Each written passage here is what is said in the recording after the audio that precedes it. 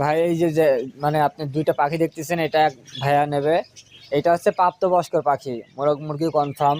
ওই নাকের উপরে নীল, ওইটা আপনার মোরগ, নাকের উপরে সাদা কালার, এটা আপনার মুরগি। এটা পেয়ার বলেন, জোড়া দেওয়া বলেন, এটা হচ্ছে আপনার বাচ্চা পাখি। 6 মাস, 6 মাসের পরে জোড়া দেওয়া বেটার। তারপরে আপনি 2 জোড়া পাখি পাশাপাশি রাখলে বিট করা এটা সাহায্য করে। 1 জোড়া পাখি যদি বিট করে তাহলে ওই পাখি দেখে আরেক জোড়া পাখি আকর্ষণ হয়। সে অ্যাঙ্গেলে পাখি 2 জোড়া পাখি কিনে পাশাপাশি রাখাই ভালো।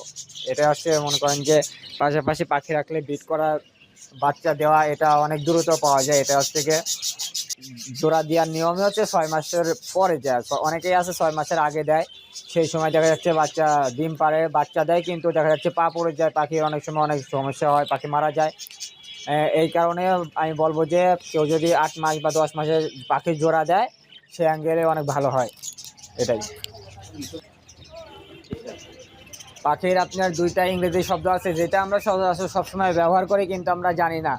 যেমন পাখির পেয়ার দেওয়া, মানে পেয়ার মানে এটা অনেকেই জানে না, আছে বলে ভাই পাখির পেয়ার ঠিক নাই হ্যান ত্যান। কিন্তু পাখির পেয়ারটা দেওয়া মানে পাখির জোড়া কনফার্ম আছে কিনা এটাই হচ্ছে মূলত জানার আর একটা বলে যে না, এই বাংলা শব্দ হচ্ছে পাখি যৌন চাহিদা যেটা আছে এটা পূরণ করার নাম হচ্ছে বিট করা। আর পাখির যে জোড়া দেওয়া বলে এটা পেয়ার বলে। সংক্ষেপে যদি বলি, পাখির আপনার জোড়া দেওয়াকে পেয়ার বলে, আর পাখির যৌন চাহিদা মেটানোকে বিট করা বলে। এই হলো ব্যবহৃত দুটি শব্দ। এটা এই হলো মানে ইংরেজি বা অন্য অন্য এই শব্দ, কিন্তু এটা আমরা অনেকেই বুঝি না। এটাই।